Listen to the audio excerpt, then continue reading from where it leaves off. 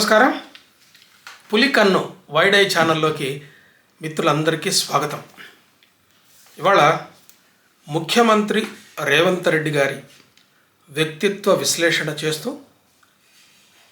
ఈ తరహా ఆయన వ్యవహార శైలి వల్ల, ముఖ్యమంత్రిగా ఉన్న ఆయన వ్యవహార శైలి వల్ల భవిష్యత్తులో వ్యక్తిగతంగా ఆయనకి ఎలాంటి ప్రయోజనం జరుగుతుంది, పరిపాలన ద్వారా రాష్ట్రానికి ఏం ప్రయోజనం జరుగుతున్నది, అట్లాగే ఆయన పొలిటికల్ కెరీర్కి ఈ వ్యవహార శైలి ఎలా ఉపయోగపడుతుంది, ఈ విషయాలు కొన్ని మాట్లాడదాం అనుకుంటున్నాను.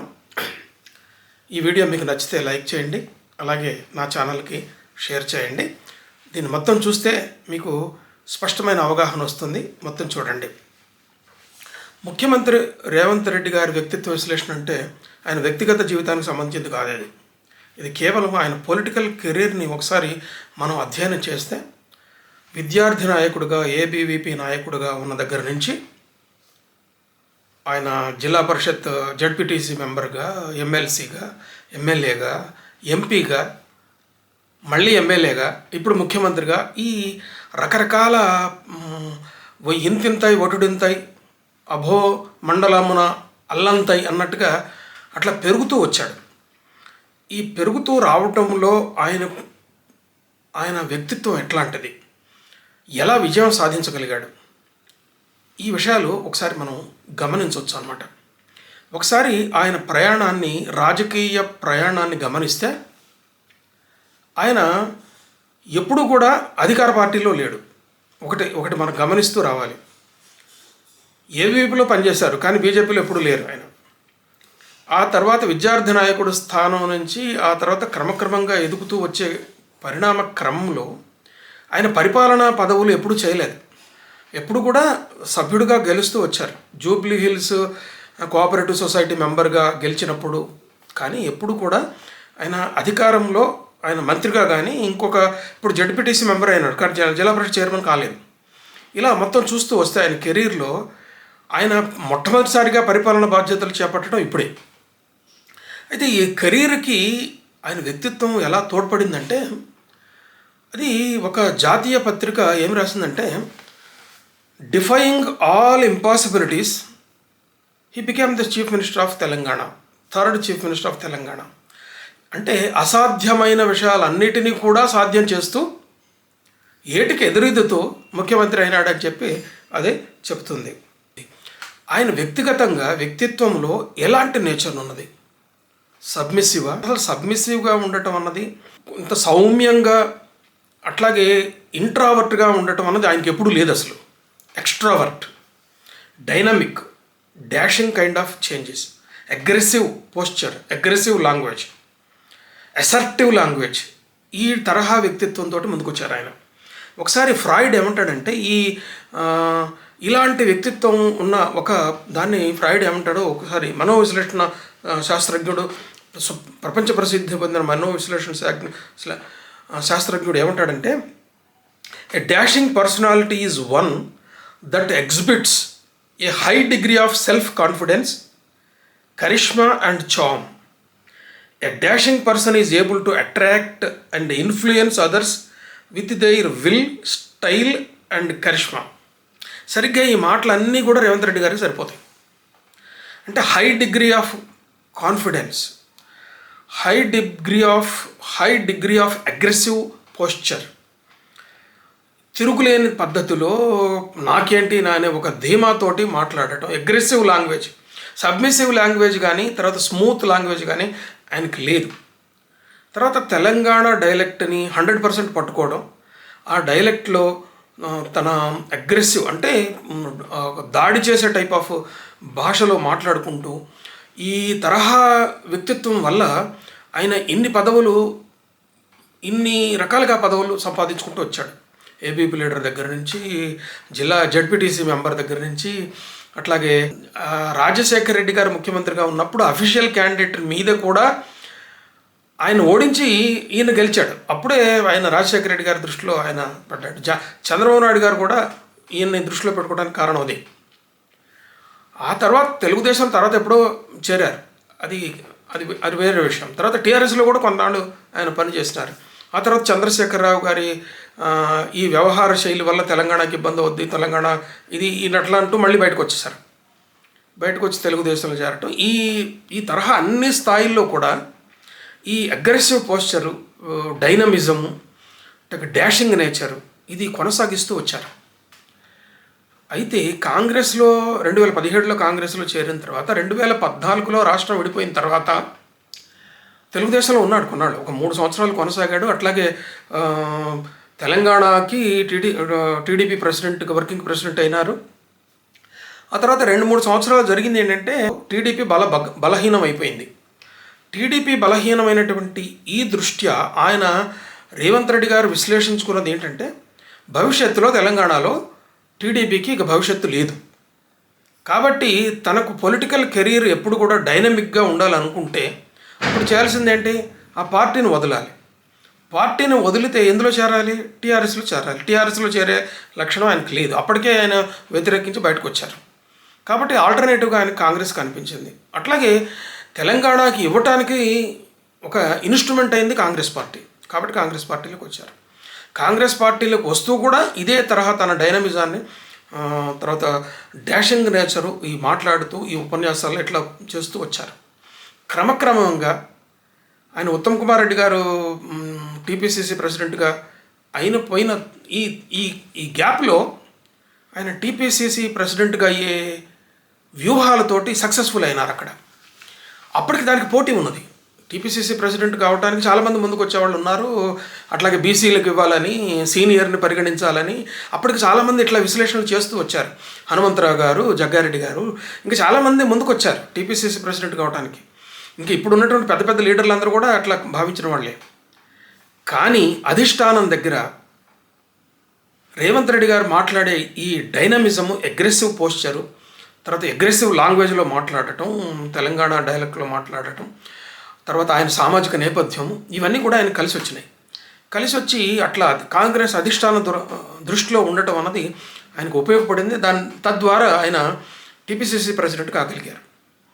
టీపీసీసీ ప్రెసిడెంట్ అయిన తర్వాత ఆ తర్వాత రకరకాల కారణాల వల్ల బీజేపీ కొంత వేరు కారణాల వల్ల బలహీనపడటము, ఆ తర్వాత కేసీఆర్ మీద 10 సంవత్సరాలుగా ఉన్నటువంటి యాంటీ ఎస్టాబ్లిష్మెంట్, వీటిని వాడుకొని తన ఉపన్యాసాల ద్వారా తీవ్రమైన దాడి చేయగలిగినాడు. టీఆర్ఎస్ మీద తీవ్రమైన దాడి చేసి ఆయన కేసీఆర్ ఎలాంటి భాష మాట్లాడతారో దాన్ని మించిన భాషను వాడగలిగారు. అయితే కేసీఆర్ లాంటి బలమైన నాయకుడిని ఓడించగలిగే శక్తి కాంగ్రెస్కు ఉందని చాలామంది అనుమానపడ్డారు. మహా అయితే హంగ్ ఏర్పడుతుందని, కాంగ్రెస్ కొన్ని ఎక్కువ సీట్లు గెలుచుకోగలుగుతుందని. కానీ డిఫైయింగ్ ఆల్ ఇంపాసిబిలిటీస్ అని చెప్పినట్టుగా ఆల్ ఇంపాసిబిలిటీస్ని రద్దు చేస్తూ, తొక్కేస్తూ కాంగ్రెస్ని అధికారంలోకి తీసుకురాగలిగారు. ఈ విషయాన్ని అధిష్టానం గుర్తించింది. గుర్తించబట్టే ముఖ్యమంత్రి ఎవరు అనేటటువంటి ఒక ఆలోచన వచ్చినప్పుడు జనాభిప్రాయంలో కూడా ఇప్పటిదాకా కాంగ్రెస్ పార్టీ పగ్గాలు చేతిలో పట్టుకొని కాంగ్రెస్ పార్టీని విజయ తీరాలకు నడిపించినటువంటి రేవంత్ రెడ్డి గారు ముఖ్యమంత్రి అవుతాడనే జనాభిప్రాయం ఏర్పడింది. అయితే కాంగ్రెస్ పార్టీలో ఎప్పుడు కూడా ఈ నాయకులు, అప్పటికే గెలిచినటువంటి ఎమ్మెల్యేలు, వాళ్ళ ప్రభావం, అధిష్టానం కేంద్రంలోకి పోయి ఢిల్లీలో నిర్ణయాలు తీసుకోవటం, ఇవన్నీ జరుగుతూ వస్తూ ఉంటాయి. ఈ క్రమంలో ఎవరవుతారు అనేటటువంటి విచికిత్స కూడా ప్రజలు ఏర్పడింది. ఒక దశలో దళిత నాయకుడైనటువంటి మల్లు భట్టి విక్రమార్క, అప్పటికే ఆయన వర్కింగ్ ప్రెసిడెంట్గా ఉన్నాడు. అప్పటికే ఆయన 2వ స్థాయి, అంటే ఆయన ఒక ప్రముఖ నాయకుడిగా ఉన్నాడు. తర్వాత ప్రచారంలో అన్ని సందర్భాల్లోనూ రేవంత్ రెడ్డి గారిని, భట్టి విక్రమార్క గారిని సమానంగా ప్రొజెక్ట్ చేస్తూ వచ్చారు. తర్వాత కాంగ్రెస్ పార్టీ ఇచ్చినటువంటి దృశ్యాత్మక వీడియోలలోనూ, తర్వాత ప్రింట్ మీడియాలో వచ్చినటువంటి మీడియాలోనూ రేవంత్ రెడ్డి గారితో సమానంగా మల్లు భట్టి విక్రమార్క గారి ఫోటోలు ఇవ్వటము, తర్వాత ఆయన వాయిస్ని ఇవ్వటము చేశారు. అట్లాగే మల్లు భట్టి విక్రమార్క గారు విస్తృతమైనటువంటి పాదయాత్ర చేశారు. కాంగ్రెస్ పార్టీకి చైతన్యాన్ని తీసుకొచ్చారు. ఈ దశలో మల్లు భట్టి విక్రమార్క గారి పేరు కూడా ముఖ్యమంత్రిగా ముందుకు వచ్చింది. ఆ తర్వాత కాంగ్రెస్లో ముఖ్యమంత్రి అభ్యర్థులకు కొదవ ఎప్పుడు ఉండదు. కనీసం ఒక 6 డజన్ల మంది ఎప్పుడు రెడీగా ఉంటారు. ఉత్తమ్ కుమార్ రెడ్డి గారు, అట్లాగే కోమటిరెడ్డి వెంకటరెడ్డి గారు, రాజగోపాల్ రెడ్డి గారు, తర్వాత జానారెడ్డి గారు, ఆ తర్వాత ఇక పెద్దవాళ్ళు విహెచ్ వీళ్ళంతా ఉన్నారు. జగ్గారెడ్డి గారి పేరు కూడా ఒకప్పుడు నేను ఎందుకు ముఖ్యమంత్రి కాకూడదని ఆయన కూడా అన్నాడు. అంటే ముఖ్యమంత్రి అభ్యర్థులకి కాంగ్రెస్లో ఎప్పుడు కూడా ఇలాంటి పోటీ ఉంటుంది. వీటన్నిటినీ అధిగమించి తన పేరు ముఖ్యమంత్రి అభ్యర్థిగా వచ్చేటట్టుగా చేయడంలో కూడా రేవంత్ రెడ్డి గారు విజయాన్ని సాధించారు. వీటన్నిటికీ కారణం ముఖ్యమంత్రి అయినారు. Defying all impossibilities as he became chief minister of Telangana. ఇది జరిగింది.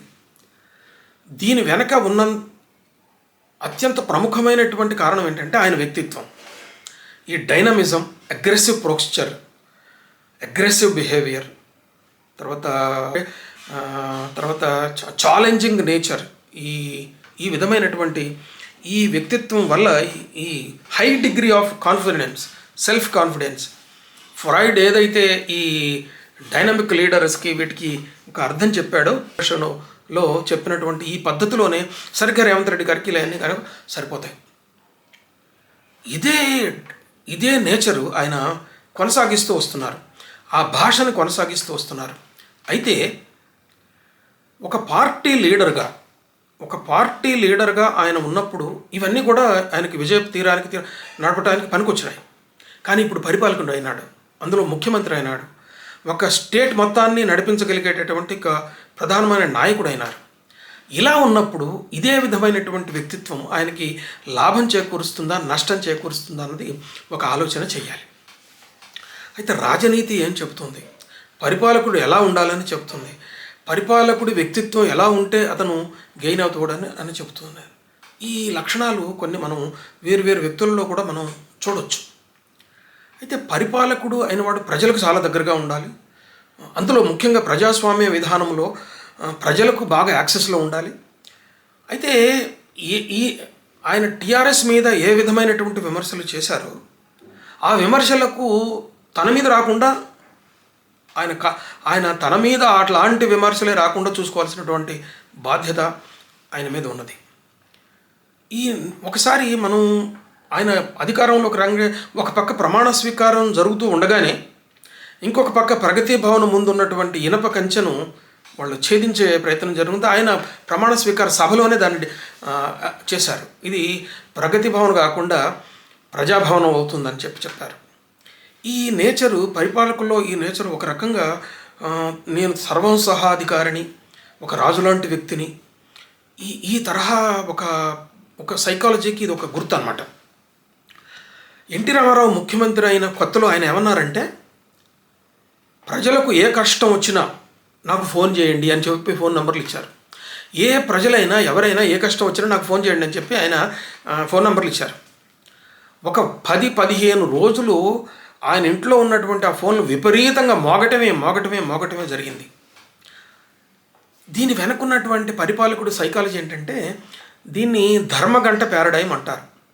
కింగ్లీ ప్యారడైమ్, ధర్మగంట ప్యారడైమ్. అంటే రాజులు ఒకప్పుడు ప్రజలకు చెప్పేవాళ్ళట, మీకు ఏ విధమైన కష్టం ఉన్నా నా ఇంటి ముందు ఉన్నటువంటి ధర్మగంటను వాయించండి, నేను మీకు వచ్చి మీ సమస్యను సాల్వ్ చేస్తాను రాజులు చెప్పేవాళ్ళట. ఈ సైకాలజీ ఎన్టీ రామారావు గారి మనసులో ఉన్నది. అట్లాగే రాజులు ఆలయాలు నిర్మించారు.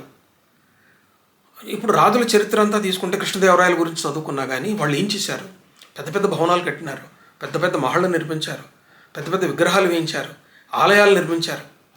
ఈ సైకాలజీ ఎన్టీ రామారావులో అంతర్గతంగా ఉన్నది. ట్యాంక్ బండ్ మీద వేసినటువంటి విగ్రహాలు కానీ, బుద్ధ విగ్రహాన్ని స్థాపించడం కానీ, ఆ తర్వాత రకరకాల పరిణామాలు తీసుకురావడం కానీ, తర్వాత తెలుగు లలిత కళాకం తోరణాన్ని తీసుకురావడం కానీ, వీటన్నిటి వెనుక సైకాలజీ ఏంటంటే, నేను ఒక రాజుని అని చెప్పుకోవడం, నేను సర్వం సహాధికారిని అని చెప్పుకోవడం. ఇదే సైకాలజీ తర్వాత మనకి కేసీఆర్లో కనపడింది. కేసీఆర్లో ఈ తరహా ఒక కోటలాగా తనని నిర్మించుకోవడం, తన చుట్టూ ఒక కోటను నిర్మించుకోవడం, యాదాద్రి ఆలయం మీద తనకి ప్రత్యేకమైన మక్కువతో దాన్ని ఒక మహారాజులు కట్టిన శైలుడు ఒక 1000 సంవత్సరాలు ఉండేలాగా దాన్ని నిర్మించేయడం, ఈ సైకాలజీ మనకు కనిపిస్తుంది. అట్లాగే జగన్మోహన్ రెడ్డి గారు ముఖ్యమంత్రి అయిన కొత్తలోని నేను విపక్షం మీద రొమ్ము మీద తొక్కేస్తూ వస్తానన్నట్టుగా ఆయన ప్రజావేదికను కూలగొట్టారు. సరిగ్గా ఇదే పద్ధతి ఇక్కడ రేవంత్ రెడ్డి గారి దగ్గర రిపీట్ అయినట్టుగా కనపడుతుంది మనకి. ఈ రిపిటేషన్ మనకి ఇక్కడ చూడొచ్చు. అయితే నల్లగొండ సభలో కేసీఆర్ మాట్లాడినటువంటి భాష, దానికి ప్రతి సమాధానాన్ని తెల్లవారు ఉదయం మళ్ళీ ఆయన అసెంబ్లీ హాల్లో దానికి సమాధానం చెప్పాడు, అదే భాషలో దానికి సమాధానం చెప్పాడు.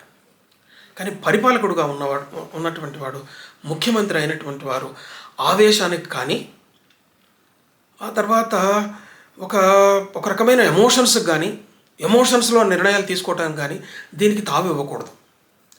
అది రాజనీతి అదే చెప్తూ ఉన్నది. మీకు ధృతరాష్ట్రుడు తన కొడుకు చెప్పిన రాజనీతి కానీ, శకుని దుర్యోధనుడికి చెప్పిన రాజనీతి కానీ, అట్లాగే కణిక నీతి కానీ, ఇవి అన్నీ కూడా స్పష్టంగా చెప్తున్నాయి. రాజు ఎలా బిహేవ్ చేస్తే, పరిపాలకుడు ఎలా బిహేవ్ చేస్తే దానికి బాగుంటుంది అని చెప్పి స్పష్టంగా చెప్తూ ఉన్నాయి. అట్లే అసలు శకుని ఏమంటాడంటే దుర్యోధనుడిని, అరే అల్లుడు, ఒక రాజు ముఖంలో ఏ భావం ఎప్పుడు కనపడకూడదు, కోపం వచ్చినా, సంతోషం వచ్చినా, ఆవేశం వచ్చినా ఎప్పుడు ముఖంలో కనిపించకూడదు, ఫ్లాట్గా ఉండాలి. కానీ నీ ముఖం చూస్తే ప్రజలు అంతా చదివేసుకోవచ్చు అని చెప్తాడు. అట్లాగే కాళిదాసు రఘువంశం రాసినప్పుడు రఘువంశంలో దిలీప్ చక్రవర్తిని గురించి రాస్తాడు. దిలీప్ చక్రవర్తి గురించి ఆయన ఏం చెప్తాడంటే, దిలీప్ చక్రవర్తి మనసులో ఏమనుకుంటున్నాడో, ఏమి చేయబోతాడో ఎవరికి తెలియదు. రాజు చేసేటటువంటి పనులు ప్రత్యక్షంగా నిర్మాణమై ప్రజలకు కనపడ్డప్పుడే అది దిలీపుడు ఇట్లా ఆలోచించాడా అని చెప్పి తెలుస్తున్నది. అట్లాగే పరిపాలకులు ముందు ఏమి నిర్ణయం తీసుకోబోతారో అన్నది ముందే తెలియదు. ఇప్పుడు ప్రధానమంత్రి స్థాయిలో ఆర్టికల్ 317 రద్దు చేసేటప్పుడు కానీ, వేరువేరు సందర్భాల్లో నిర్ణయాలు తీసుకునేటప్పుడు కానీ అవి ఎప్పుడూ పరిపాలకుల ఆలోచనలు బయటికి రాలేదు. అది నిర్ణయించిన తర్వాత, అది అమలు జరిగిన తర్వాత వాళ్ళ నిర్ణయం బయటకు తెలుస్తుంది. ఆయన ఏమంటాడంటే, తస్య సంవృత మంత్రస్య గూఢ కారేంగితస్య చ ఫలానుమేయా ప్రారంభా సంస్కారా ప్రాక్తనా ఇవ. అంటే పూర్వజన్మలో ఆయన చేసుకున్న పాప పుణ్యాలన్నీ కూడా మనిషికి ఈ జన్మలో తెలియవచ్చినట్టుగా దిలీపుడు చేసేటటువంటి కార్యక్రమాల ఫలితాలు బయటకు వస్తాయట. తర్వాత ఆయన చేసిన పనులు పూర్తి అయిన తర్వాత తెలుస్తాయట. పరిపాలకుడు అలా ఉండాలి. అట్లాగే పరిపాలకుడు ఎప్పుడు కూడా ప్రజలకు అందుబాటులో ఉండాలి. అది లేకపోవటం అన్నది ఎట్లా ఉంటుందంటే, కేసీఆర్ అనుసరించిన పద్ధతి దాని ఫలితాన్ని మనం చెప్తూ ఉంటుంది. ఒకసారి మనకి కౌటిల్యుడు అర్థశాస్త్రంలో మొదటిది ఏంటంటే, కౌటిల్యుడు అర్థశాస్త్రంలో మొట్టమొదటిది వినయాధికారం అంటారు. ఈ వినయాధికారంలో ఆయన ఏమంటాడంటే సుఖాసీనుడై కార్యార్థము తన్ను చూచుట వచ్చిన వారందరికీ స్వేచ్ఛా ప్రవేశము కల్పించవాలని. ఆయన లోపల కూర్చుంటాడు పరిపాలకుడు, రాజుగా ఉంటాడు, సుఖాసీనుడై ఉంటాడు. తనను దర్శించడానికి వచ్చినటువంటి వాళ్ళందరికీ కూడా స్వేచ్ఛా ప్రవేశం కల్పించాలి అని చెప్తాడు. 2000 సంవత్సరాల క్రితం రాజనీతిని గురించి చెప్పిన కౌటిల్యుడి అర్థశాస్త్రం ఇదే చెప్తున్నది. సరిగ్గా రేవంత్ రెడ్డి గారు కేసీఆర్ మీద చేసిన దాడిలో గద్దర్ని 3 గంటల సేపు ఎండలో నిలబెట్టినావు నువ్వు, ఇది ప్రజాభవనమా లేకపోతే ఏమిటి అని అది విమర్శించి అధికారంలోకి, ఇంకా అక్కడ అధికారం స్వీకరించక ముందే ప్రగతి భవన్ కంచెలను బద్దలు కొట్టి ఇది నేనని చెప్పుకుంటూ వచ్చాడు. అయితే రేవంత్ రెడ్డి గారు ఎమోషనల్గా నిర్ణయాలు తీసుకోవటం వల్ల, అట్లాగే ఈ డాషిక్ నేచర్లో నిర్ణయాలు తీసుకుంటే అది పరిపాలనలో కొన్ని సందర్భాల్లో బాగుంటుంది, కానీ చాలా సందర్భాల్లో ఆయనకి ఇబ్బంది పెట్టేటటువంటి ప్రమాదం ఉంటుంది. అది ఎట్లాగంటే, గద్దర్కి సంబంధించిన ఆయన జన్మదినోత్సవంలో పాల్గొన్నాడు. మంచి ఎమోషనల్గా మాట్లాడుతూ ఇక పైన నంది అవార్డులన్నీ కూడా గద్దర్ పేరుతో అవార్డులు ఇస్తామని అన్నాడు. ఇది నా మాటే శాసనం అని అన్నాడు. ఇది అచ్చంగా రాజమాత శివగామీదేవి ఇట్లా చెప్తూ నా మాటే శాసనం అని చెప్పినట్టుగా రేవంత్ రెడ్డి గారు చెప్పారు. ఇది పరిపాలనలో కొన్ని దీనివల్ల అన్ని సందర్భాల్లో మంచి జరగదు, దీనివల్ల కొన్ని ఇబ్బందులు ఏర్పడతాయి. అంతేకాకుండా రాబోయే 10 సంవత్సరాల్లో నేనే ముఖ్యమంత్రిని అని అన్నాడు. అట్లాగే బీఆర్ఎస్ పార్టీని నామం రూపాలు లేకుండా కానీ దాన్ని చేయడానికి కానీ చెప్పి ఆయన మాట్లాడుతూ వచ్చారు. దీనివల్ల ఏమవుతుందంటే, కాంగ్రెస్ కల్చర్ ఎప్పుడు కూడా ఇంతకుముందు చెప్పినట్టుగా కాంగ్రెస్ పార్టీలో ఎప్పుడు ఒక 60 మంది ముఖ్యమంత్రి కావడానికి రెడీగా ఉంటారు. ఇప్పుడైతే వాళ్ళు అటు మిగతా తన సభ్యులు అందరూ కూడా ఈయనకి ఏకగ్రీవంగానో ఇంకొక రకంగానో ఈయన ముఖ్యమంత్రిగా వీళ్ళ ఆమోదించారు. అట్లాగే అధిష్టానం కూడా ఈయన ఆమోదించి తిరుగులేని పద్ధతిలో ఆయన ముఖ్యమంత్రి అయినారు. కానీ నేనే 10 సంవత్సరాలు ముఖ్యమంత్రిగా ఉంటాను అంటే కాంగ్రెస్ పార్టీ ముందు ఈ ఈ నేచరు పార్టీలో రకరకాల ఇబ్బందులు తెచ్చిపెడుతుంది. ఆయనకి రకరకాల గడ్డు పరిస్థితులు ఎదుర్కోవాల్సిన పరిస్థితి వస్తుంది. నేను ఇంకొద్ది రోజులకైనా ముఖ్యమంత్రి అవుతాను అనుకొని వరుసలో ఉన్నవాళ్ళు ఎప్పుడూ ఉంటారు కాంగ్రెస్లో. కాబట్టి ఈ తరహా తన మనసులో ఉంచుకోవచ్చు, నేను ఇంకా మళ్ళీ కావాలని మనసులో ఉంచుకోవచ్చు. కానీ ఇట్లా అగ్రెసివ్ పోస్చర్లో ఇట్లా బయటికి రావటం వల్ల ఈ వ్యక్తిత్వం వల్ల ఆయనకి కొంత ఇబ్బందులు కూడా ఏర్పడే అవకాశం ఉంటుంది. కాబట్టి ఒక పబ్లిక్ లైఫ్లో ముఖ్యమంత్రి రేవంత్ రెడ్డి గారు పబ్లిక్ లైఫ్లో ఉన్నటువంటి ఆయన వ్యక్తిత్వాన్ని ఒకసారి ఇలా విశ్లేషణ చేస్తూ మనం వస్తే ఏం తెలుస్తుందంటే ఈ dynamism, dashing nature, aggressive posture, aggressive language, ఇది కొంత ఆయన మామూలు సాఫ్ట్గా మారితే ఆయనకి ఇంకా ఎక్కువ ప్రయోజనం ఉంటుందని అనిపిస్తుంది. తర్వాత ఇంతకుముందు పార్టీ నాయకుడిగా ఉండి ప్రచారంలో వాడినటువంటి ఈ భాష ఇప్పుడు అవసరం లేదు, పరిపాలకుడిగా అవసరం లేదు. పరిపాలకుడు చాలా స్మూత్గా, కూల్గా, ఇప్పుడు కేసీఆర్ మీద చేసిన తీవ్రమైన విమర్శలు అన్నీ కూడా చేయొచ్చు, కానీ చాలా అందమైన భాషలో కూడా చేయొచ్చు. ఇది రేవంత్ రెడ్డి గారికి ఈ రోజున ఒక పరిపాలకుడిగా, ముఖ్యమంత్రిగా ఇలాంటి భాష నింపాదిగా, కూలుగా, తనకు ఎంత కోపం ఉన్నా ఆ కోపాన్ని అంతా కూడా బయటికి తీసుకురావచ్చు. కానీ ఎంత కోపం ఉన్నా కూడా అంత అందంగా బయటికి తీసుకురావచ్చు. దానివల్ల పరిపాలకుడుగా మంచి పేరు వస్తుంది. అట్లాగే ఒక హుందా అయినటువంటి పర్సనాలిటీ పెరుగుతుంది. ఈ హుందా అయినటువంటి పర్సనాలిటీ వల్ల ఆయన అనుకున్నట్టుగా ఆయన ఇంతకుముందు చెప్పాడు, defying all impossibilities he became chief minister of Telangana అన్నట్లు. దానికి ఉపయోగపడేటువంటి అవకాశం ఉంటుంది. సో మిత్రులారా, ఇలాంటి సామాజిక చర్చల కోసం, సాహిత్య చర్చల కోసం పులికన్ను వైడ్ ఐ ఛానల్కి సబ్స్క్రైబ్ చేయండి.